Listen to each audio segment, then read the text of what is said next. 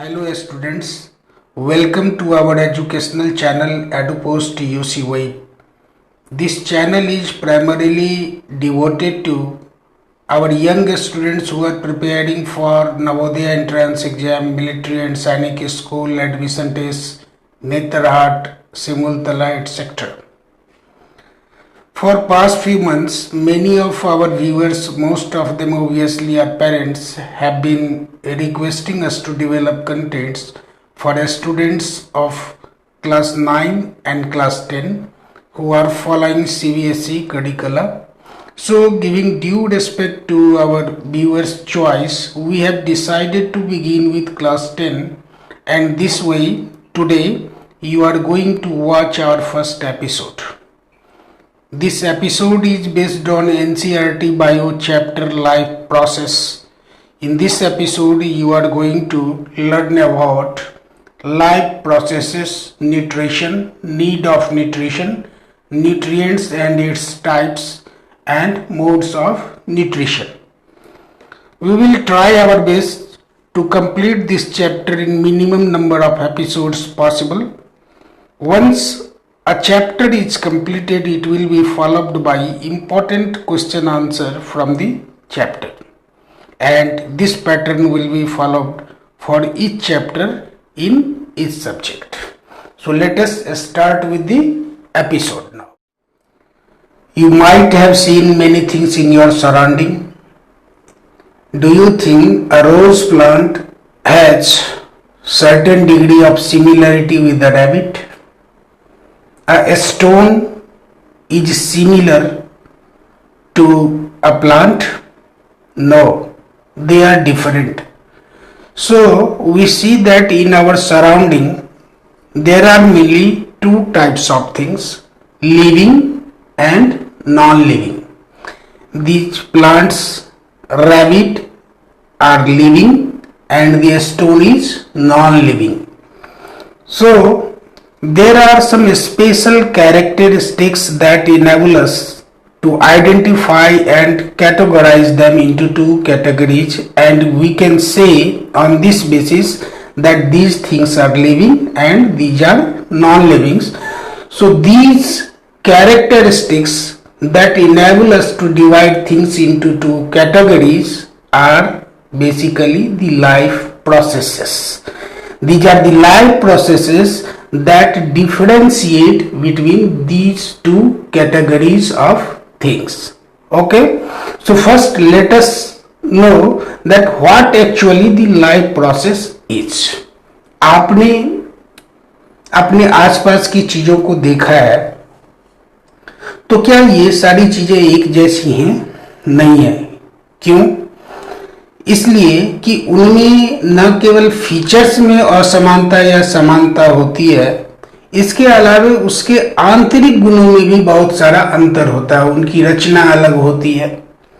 तो इस आधार पर हम चीजों को दो अलग अलग वर्गों में बांटते हैं, लेकिन ये दो बड़े वर्ग, जिसमें एक को हम लिविंग कहते हैं और एक को नॉन लिविंग कहते हैं, वो कुछ कैरेक्टरिस्टिक्स के आधार पर हम कहते हैं, और वही कैरेक्टरिस्टिक्स क्या कहलाता है? Life processes.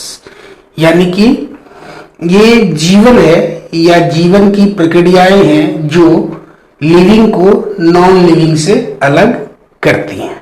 ठीक है, तो अब हम जानेंगे कि लाइफ, आपने देखा होगा कि एक बच्चा जन्म लेता है और जन्म लेने के बाद वो शिशु बनता है, शिशु से नवयुवक बनता है, फिर वो प्रौढ़ बनता है और उसके बाद वो वृद्ध हो जाता है। ऐसा क्यों होता है? ऐसा इसलिए होता है कि उस जन्म लेने वाले बच्चे के शरीर में निरंतर विकास होता रहता है। वृद्धि एवं विकास ही वो प्रक्रिया है जिसके कारण वो शैशवावस्था से वृद्धावस्था को प्राप्त करता है। लेकिन इस दौरान शरीर को जिंदा रखना और उसमें होने वाली टूट फूट को, वियर्स एंड टीयर्स को ठीक करना, रिपेयर करना और शरीर की आवश्यकताओं को मेंटेन करना, ये सारी चीजें, इन सभी चीजों का समूह ही लाइफ प्रोसेसेस का निर्माण करता है। तो इसीलिए हम इसको कैसे डिफाइन करेंगे? The processes which are necessary for the sustenance, growth, repair and maintenance of life are called life processes. क्या कहेंगे?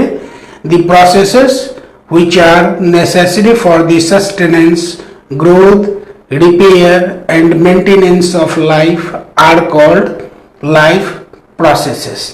अब प्रश्न उठता है कि इसमें प्रोसेसेस कौन कौन से शामिल होंगे जो शरीर के ग्रोथ को, उसमें होने वाले वियर्स एंड टीयर्स के रिपेयरिंग को, या उसके मेंटेनेंस को, या उसके सस्टेनेंस को बरकरार रखता है। तो अब हम उन प्रक्रियाओं के बारे में जानेंगे कि वो इंपॉर्टेंट लाइफ प्रोसेस। आप मुझे बताइए कि अगर आपको भोजन ना मिले तो क्या आपका लाइफ सस्टेन हो पाएगा? नहीं हो पाएगा ना। आप कुछ ही दिनों में क्या होंगे? बीमार हो जाएंगे। इसी तरह से हमारा शरीर विकास नहीं कर पाएगा, इसकी वृद्धि अवरुद्ध हो जाएगी, है ना। साथ ही अगर हमें भोजन ना मिले तो हम बहुत सारे काम नहीं कर सकते। इनफैक्ट हम कोई काम ही नहीं कर सकते। हमारी कमजोरी इतनी बढ़ जाएगी कि हम अपने बेड से हिल भी नहीं सकते। तो हमें क्या चाहिए? दो चीज चाहिए, भोजन और ऊर्जा। यानी कि भोजन और ऊर्जा ही वो चीज है जिसके द्वारा हमारे शरीर को ताकत मिलता है और जिससे हमारे शरीर में वृद्धि एवं विकास की प्रक्रिया आगे बढ़ती है। इसीलिए हम इसको क्या कहते हैं कि we need food and energy. तो ये फूड और एनर्जी जिस प्रोसेस से हम प्राप्त करते हैं वही प्रोसेस क्या होता है? न्यूट्रिशन होता है। यानी कि पहला लाइफ प्रोसेस हमारा क्या हो गया? न्यूट्रिशन। और इस लाइफ प्रोसेस से हमें क्या मिलता है? फूड और एनर्जी। अब जब हम फूड लेते हैं तो क्या हम अपने मुंह में रोटी रख लें उससे हमें ऊर्जा मिल जाएगी? नहीं मिलेगी। तो उसके लिए क्या होगा? उस फूड का डाइजेशन होगा और डाइजेशन के बाद उससे हमें क्या मिलेगी? ऊर्जा मिलेगी, है ना। लेकिन क्या डाइजेशन से सीधे ऊर्जा मिलेगी? नहीं। उससे जो हमें न्यूट्रिएंट्स मिलते हैं, आगे आप पढ़ेंगे इसके बारे में, जो न्यूट्रिएंट्स मिलते हैं उस न्यूट्रिएंट्स का रेस्पिरेशन एक लाइफ प्रोसेस है जिसके दौरान उस न्यूट्रिएंट्स से हमें क्या मिलती है? एनर्जी मिलती है। आप लोगों ने पढ़ा होगा एडेनोसिन ट्राइफॉस्फेट यानी एटीपी, जो इसी प्रक्रिया के दौरान उसका निर्माण होता है और हमारे शरीर में वो ऊर्जा के रूप में, जिसे हम एनर्जी करेंसी भी कहते हैं, ऊर्जा के रूप में संरक्षित रहता है। तो दूसरा इंपॉर्टेंट लाइफ प्रोसेस हमारा क्या हो गया? रेस्पिरेशन। अब देखिए, चाहे भोजन हो या ऊर्जा हो, यदि वो शरीर के किसी एक ही हिस्से को मिले तो भी हमारा बॉडी, हमारा लाइफ सस्टेन नहीं कर पाएगा, है ना।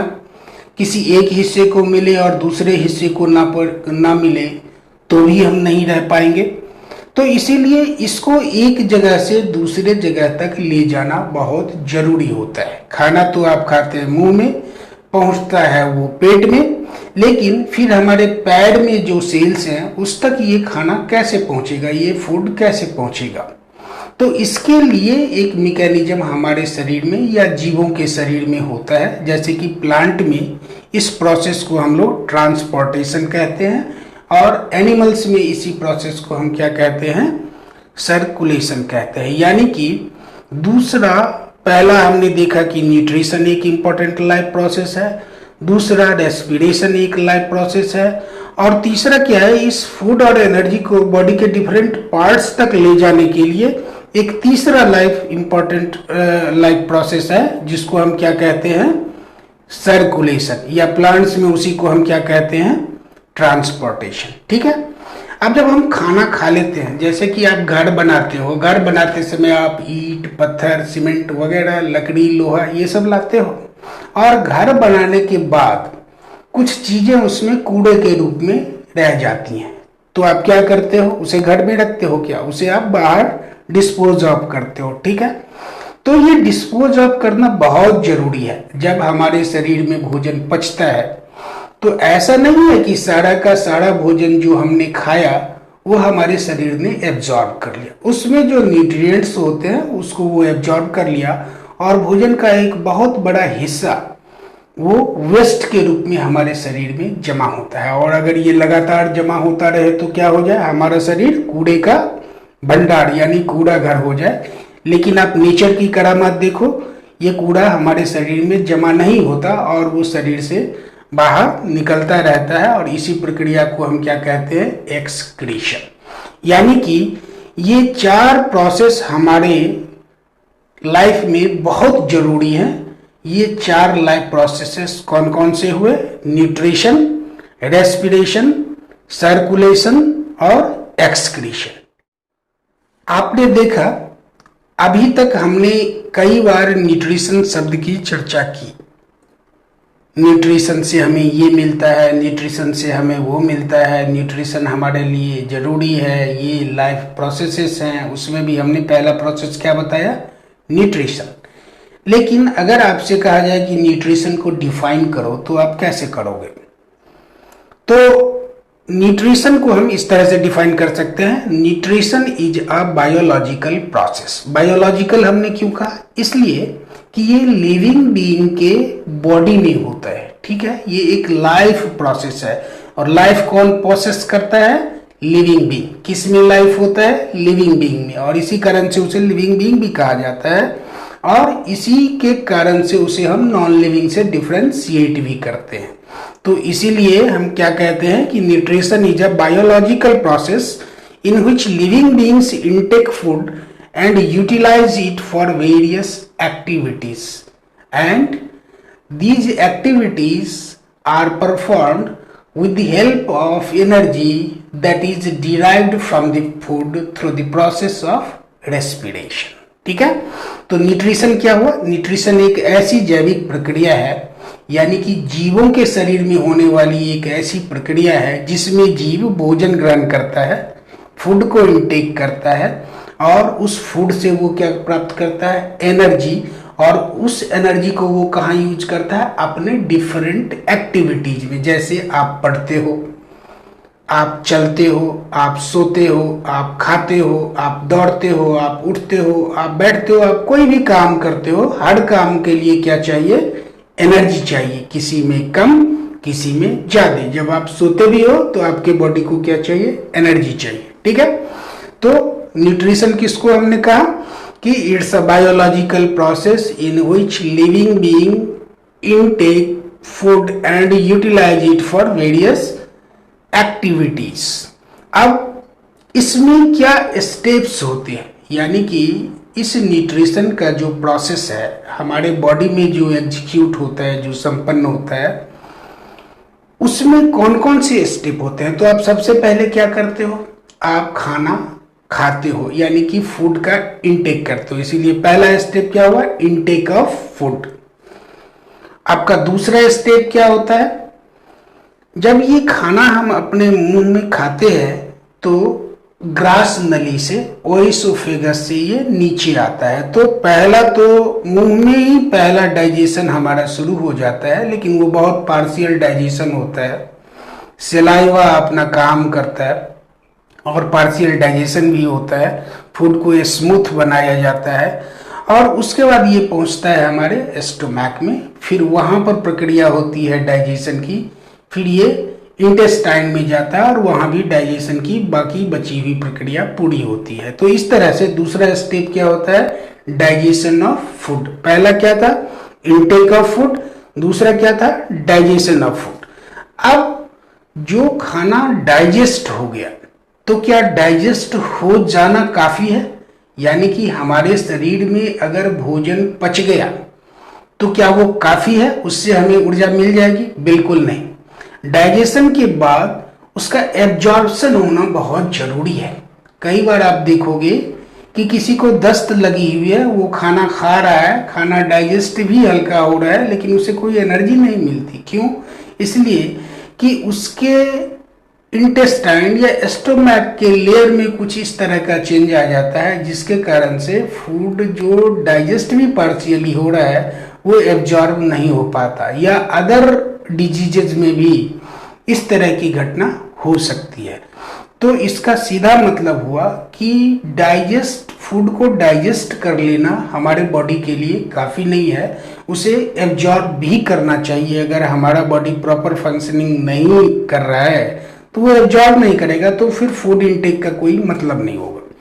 तो डाइजेस्टेड फूड को एब्जॉर्ब करना तीसरा स्टेप है, और उसके बाद उसका एसिमिलेशन होता है, और देन वो जब सेल्स तक ट्रांसपोर्टेशन के माध्यम से जाता है, यानी कि उसमें जो न्यूट्रिएंट्स आते हैं वो सेल्स के पास पहुंचता है, तो फिर रेस्पिरेशन की प्रक्रिया से क्या होता है, एनर्जी उत्पन्न होती है, और उस एनर्जी का क्या होता है, यूटिलाइजेशन होता है। तो न्यूट्रिशन का पूरा प्रोसेस फूड इनटेक से लेकर एनर्जी के यूटिलाइजेशन तक के इस पूरी घटना को हम क्या कहते हैं, न्यूट्रिशन कहते हैं। यानी कि न्यूट्रिशन में क्या क्या स्टेप्स हो गए, intake of food, digestion of food, absorption and assimilation of food and utilisation of food. एक बार फिर से पढ़ लेते हैं इसको। Nutrition is a biological process in which living beings intake food and utilize it for various activities. Following are the steps involved in nutrition. First, intake of food, then digestion of food, and it is followed by absorption and assimilation food, and finally utilization of energy obtained from food. So these are the steps of nutrition. अब मुझे बताओ कि हमें nutrition चाहिए ही क्यों। हालांकि इसके बारे में हम लोगों ने पहले ही चर्चा कर लिया कि देखिए, हमारे शरीर को वृद्धि और विकास चाहिए।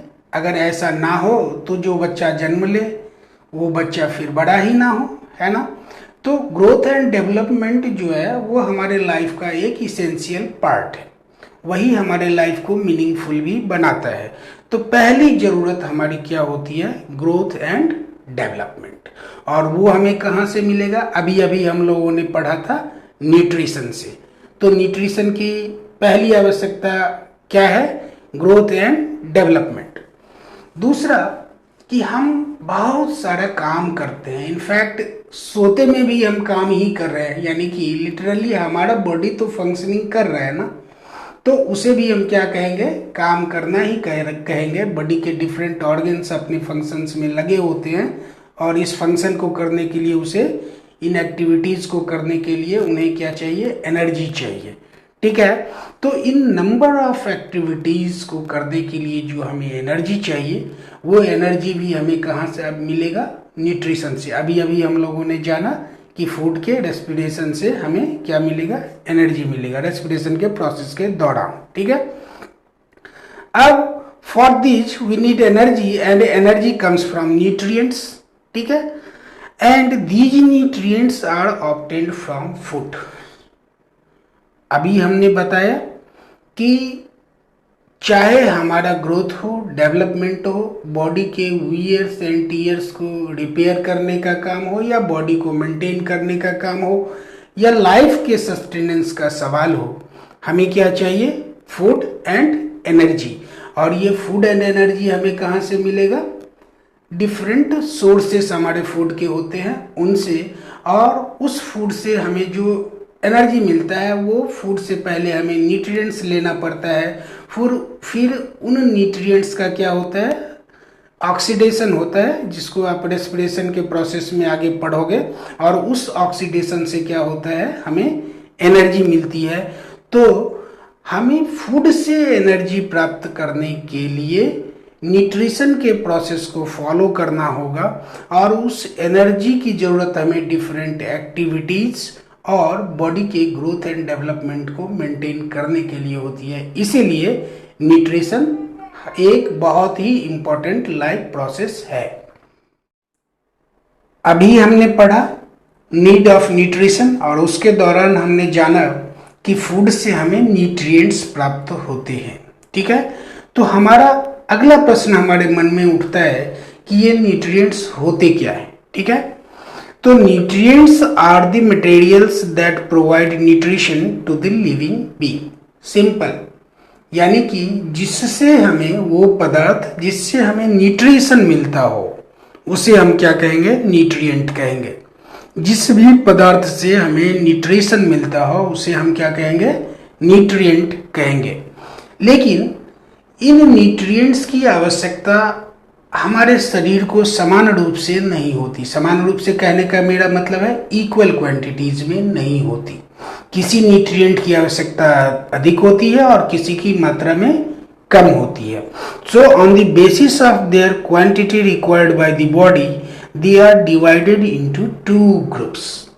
यानी कि हमारे शरीर में किस न्यूट्रिएंट की आवश्यकता अधिक है और किस न्यूट्रिएंट की आवश्यकता कम है, इस आधार पर हम न्यूट्रिएंट्स को यानी पोषक तत्वों को 2 वर्गों में बांटते हैं, मैक्रो एंड माइक्रो न्यूट्रिएंट्स। नाम ही से स्पष्ट है, आप याद रखना। मैक्रो का मतलब होता है लार्ज। यहाँ जब हम क्वांटिटी की बात करते हैं तो large quantity. So nutrients those are required in large quantities are called macro nutrients. और दूसरा क्या होता है? माइक्रो। आपने टर्म सुना होगा माइक्रोस्कोप, हिंदी में क्या कहते हैं? सूक्ष्मदर्शी। सूक्ष्म का मतलब छोटा होता है, लेकिन वो आकार में छोटा होता है। यहाँ पर हम मात्रा की बात कर रहे हैं, यानी कि मात्रा में, छोटी मात्रा में हमें जिस चीज की रिक्वायरमेंट है। तो अगर हम न्यूट्रिएंट की बात करें और उसमें हम माइक्रो वर्ड को जोड़ें तो इसका मतलब हुआ वो न्यूट्रिएंट जिसकी हमें अल्प मात्रा में हमारे बॉडी को आवश्यकता होती है। तो आप खुद ही डिफाइन अब कर सकते हो माइक्रो न्यूट्रिएंट्स क्या होगा? Those nutrients which are required by our body in small quantities. तो आपने पढ़ा न्यूट्रिएंट्स क्या होता है, आपने पढ़ा न्यूट्रिएंट्स के टाइप कौन से होते हैं और किस आधार पर हम न्यूट्रिएंट को इन 2 वर्गों में यानी कि इन 2 टाइप्स में बांटते हैं। तो अभी हम लोगों ने न्यूट्रिएंट्स के 2 टाइप्स के बारे में पढ़ा था, एक मैक्रो न्यूट्रिएंट और दूसरा माइक्रो न्यूट्रिएंट। और ये हमने टाइप किस आधार पर बनाया था? शरीर द्वारा रिक्वायर्ड उसकी मात्रा के आधार पर। तो मैक्रो न्यूट्रिएंट्स क्या होते हैं? Macro nutrients are required in large amount as they provide huge amount of energy after breakdown. अब आप जानते हो हमें बहुत सारे काम करने होते हैं और इस काम को बिना एनर्जी के तो हम कर नहीं सकते। यानी कि हर दिन हमारे शरीर को एनर्जी की एक बहुत बड़ी मात्रा चाहिए होती है अपने विभिन्न कामों को, डिफरेंट एक्टिविटीज को कंप्लीट करने के लिए। ठीक है, तो वो जिन मटेरियल से हमें मिलता है, एनर्जी की बड़ी मात्रा जिन मटेरियल से हमें मिल जाती है उसे हम क्या कहते हैं? Macro nutrients. ठीक है, और ये एनर्जी हमें कब मिलता है? उन मैक्रो न्यूट्रिएंट्स के ब्रेकडाउन के बाद। और ब्रेकडाउन कब होता है? रेस्पिरेशन के दौरान एक प्रोसेस होता है ऑक्सीडेशन, और उस ऑक्सीडेशन यानी कि उस न्यूट्रिएंट के ऑक्सीडेशन के बाद क्या मिलता है? हमें एनर्जी मिलती है। और किस रूप में? एडेनोसिन ट्राइफॉस्फेट एटीपी, जिसकी चर्चा हमने पहले की थी। अब देखिए मैक्रो न्यूट्रिएंट्स के ये 3 एग्जाम्पल हैं, fat, carbohydrate and protein. So fat, carbohydrate and protein are examples of macronutrients. Fat and carbohydrate are energy givers while protein is a body builder. अब ये देखिए फैट और कार्बोहाइड्रेट इन दोनों ही न्यूट्रिएंट्स से हमें क्या मिलती है? ऊर्जा मिलती है। जबकि प्रोटीन से हमें, प्रोटीन का उपयोग हमारे शरीर में क्या होता है? शरीर के वृद्धि एवं विकास में होता है और इसकी भी मात्रा हमें अधिक चाहिए, खास करके ग्रोइंग चाइल्ड में, जो बच्चे अभी वृद्धिमान है, ग्रो कर रहे हैं, उनको प्रोटीन की मात्रा अधिक चाहिए। आपने देखा होगा एट कम्प्लान बॉय, ठीक है, तो वो क्या है, उसमें वो लोग दावा करते हैं कि इसमें प्रोटीन्स हैं। ठीक है, तो बढ़ते हुए बच्चों के लिए प्रोटीन की अधिक मात्रा की जरूरत होती है, तो इसीलिए इन तीनों को ऐसे न्यूट्रिएंट के रूप में रखा गया जिसकी अधिक मात्रा में हमारे शरीर को जरूरत होती है। और इन तीनों ही को यानी कि फैट्स, कार्बोहाइड्रेट्स और प्रोटीन्स को हम क्या कहते हैं, मैक्रोन्यूट्रिएंट्स कहते हैं, जिसमें फैट और कार्बोहाइड्रेट मेनली एनर्जी के लिए यूज होता है। इसमें भी फैट में एनर्जी की मात्रा अधिक होती है। वैसे खाने में हम अधिक क्या यूज करते हैं, कार्बोहाइड्रेट, यानी हमारे एनर्जी का मुख्य स्रोत क्या है, कार्बोहाइड्रेट, चाहे वो रोटी के रूप में हो या चावल के रूप में या आलू के रूप में या और भी कई सारे फूड हैं। अब न्यूट्रिएंट का दूसरा टाइप हमने क्या पढ़ा था, माइक्रोन्यूट्रिएंट। तो माइक्रोन्यूट्रिएंट क्या होते हैं, दरअसल माइक्रोन्यूट्रिएंट्स अल्प मात्रा में हमें चाहिए होती है। बार बार मैं इसलिए कह रहा हूं ताकि आप इसे जिंदगी में कभी भूलें ना, ठीक है।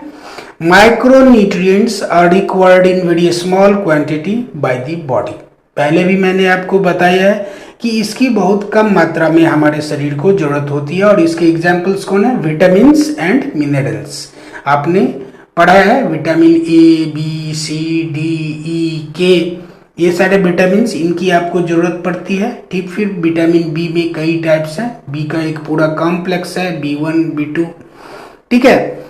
और इसके अलावा मिनरल्स जैसे कि कैल्शियम आप कहते हो या मैग्नीशियम कहते हो, इन सब एलिमेंट्स की, इन मिनरल्स की हमारी बॉडी को बहुत थोड़ी मात्रा में जरूरत पड़ती है, लेकिन पड़ती है।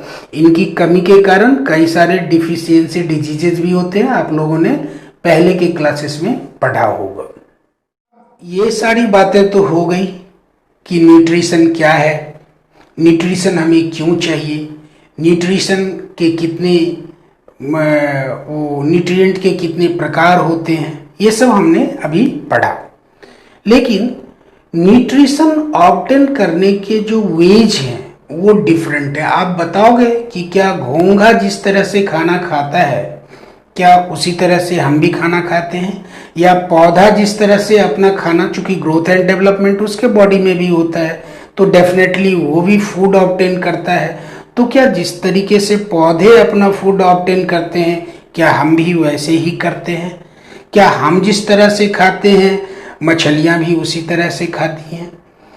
या और भी, यानी कि ऑर्गेनिजम्स का एक कैटेगरी है जो आपको दिख रहा है आंखों से, लेकिन ऐसे भी ऑर्गेनिजम्स हैं जो आपको नेकेड आई से नहीं दिखते हैं, लेकिन उनमें भी न्यूट्रिशन होता है। तो क्या उनके भी ways of obtaining nutrition same है? कहने का मतलब ये है कि डिफरेंट ऑर्गेनिजम्स में मोड ऑफ न्यूट्रिशन डिफरेंट होता है, ठीक है। लेकिन कहते किसे हैं? तो the way organisms obtain their nutrition is called mode of nutrition, यानी कि आप न्यूट्रिशन कैसे पा रहे हो, कैसे प्राप्त कर रहे हो, तो जिस तरीके से प्राप्त कर रहे हो उसे ही हम क्या कहते हैं, मोड ऑफ न्यूट्रिशन कहते हैं।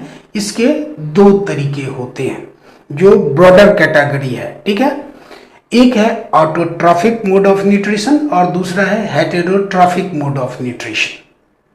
ऑटोट्रॉफिक मोड ऑफ न्यूट्रिशन में क्या होता है कि खाना खुद से बनाया जाता है, जबकि हेटेरोट्रॉफिक मोड ऑफ न्यूट्रिशन में क्या होता है कि जो फूड हम लेते हैं वो हम बनाते नहीं, वो किसी और का बना बनाया फूड हम लेते हैं। फॉर एग्जाम्पल, आप आलू खाते हो या आप गेहूं खाते हो या आप चावल खाते हो, क्या उस आलू या गेहूं या चावल को आपने तैयार किया? बिल्कुल नहीं। उसको किसने तैयार किया था? उस प्लांट ने, यानी कि आलू के प्लांट ने तैयार किया था अपने भोजन के लिए। यानी कि आलू तो ऑटोट्रॉफ है, वो अपना बनाया हुआ भोजन कर रहा है, लेकिन जब हम उसी आलू का यूज करते हैं तो हम क्या कहला जाते हैं? हेटेरोट्रॉफ, ठीक है। तो इस आधार पर कि आप कैसे अपना न्यूट्रिशन ऑब्टेन करते हो, हम जानवरों को दो कैटेगरी में, जानवर से मतलब जीवों को दो कैटेगरी में बांटते हैं। एक वो जो ऑटोट्रॉफ है, ऑटोट्रॉफ का मतलब हुआ those organisms, those living beings who follow autotrophic mode of nutrition. तो उनको हम क्या कहते हैं, ऑटोट्रॉफ्स। जैसे कि प्लांट्स क्या है, ऑटोट्रॉफ्स हैं। And on the other hand organisms do that obtain food from the other organisms or that uses the food made by the other organisms are called heterotrophs। इसलिए कि उनका मोड ऑफ न्यूट्रिशन क्या है, heterotrophic. तो जिनका mode of nutrition heterotrophic है उनको हम कहेंगे हेटेरोट्रॉफ, और जिनका मोड ऑफ न्यूट्रिशन ऑटोट्रॉफिक है उनको हम कहेंगे ऑटोट्रॉफ्स। अब प्रश्न उठता है, पहले भी मैंने आपको बताया कि ये ऑटोट्रॉफिक और हेटेरोट्रॉफिक मोड ऑफ न्यूट्रिशन मिलते किस में है, यानी कि कौन से जीव में ऑटोट्रॉफिक होता है, कौन से जीव में हेटेरोट्रॉफिक होता है। तो autotrophic mode of nutrition is seen among plants and blue green algae, and heterotrophic mode of nutrition is followed by mostly animals, यानी कि पौधे और कुछ नील हरित शैवाल या ब्लू ग्रीन एल्गी आप जिसको कहते हो, वो उनमें ऑटोट्रॉफिक मोड ऑफ न्यूट्रिशन होता है, यानी कि वो अपना खाना खुद ही बनाते हैं। और अधिकतर जानवर अपना खाना खुद नहीं बनाते, जबकि वो दूसरे के द्वारा संग्रहित खाना का अपने खाने के रूप में प्रयोग करते हैं। तो अभी तक हम लोगों ने न्यूट्रिशन के दो ब्रॉड कैटेगरीज, यानी कि मोड ऑफ न्यूट्रिशन के दो ब्रॉड कैटेगरीज ऑटोट्रॉफिक मोड और हेटेरोट्रॉफिक मोड के बारे में पढ़ा।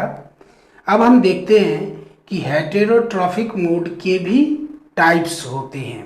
Heterotrophic nutrition is further classified into 3 types, holozoic, saprophytic and parasitic. यानी कि हेटेरोट्रॉफ्स होते हैं, उनके 3 अलग अलग क्लास होते हैं। कुछ ऐसे होते हैं जो होलोजोइक न्यूट्रिशन शो करते हैं, कुछ ऐसे होते हैं जिनका मोड ऑफ न्यूट्रिशन सैप्रोफाइटिक होता है, और कुछ ऐसे ऑर्गेनिजम्स होते हैं जो parasitic mode of nutrition show करते हैं। दोस्तों, इन सब मोड्स के बारे में अगले क्लास में हम लोग डिटेल्स में पढ़ेंगे, और उस क्लास में हम लोग जानेंगे nutrition in plants, photosynthesis, raw materials used in photosynthesis, main steps involved in photosynthesis and importance of photosynthesis। और इसी बीच में हम लोग फोटोसिंथेसिस को समझने के दौरान ही हम लोग एस्टोमेटा के बारे में पढ़ेंगे कि वो किस तरह से इम्पोर्टेंट है फोटोसिंथेसिस की प्रक्रिया में, या उसका प्लांट के न्यूट्रिशन में क्या इम्पोर्टेंस है। तो आज के क्लास में इतना ही। आशा है आप लोगों ने कुछ सीखा होगा। अगर आप लोगों को लगता है कि आप इस क्लास में कुछ सीख रहे हैं तो चैनल को आप लोग जरूर सब्सक्राइब कर लें। साथ साथ पढ़ने के लिए आप लोगों का बहुत बहुत धन्यवाद।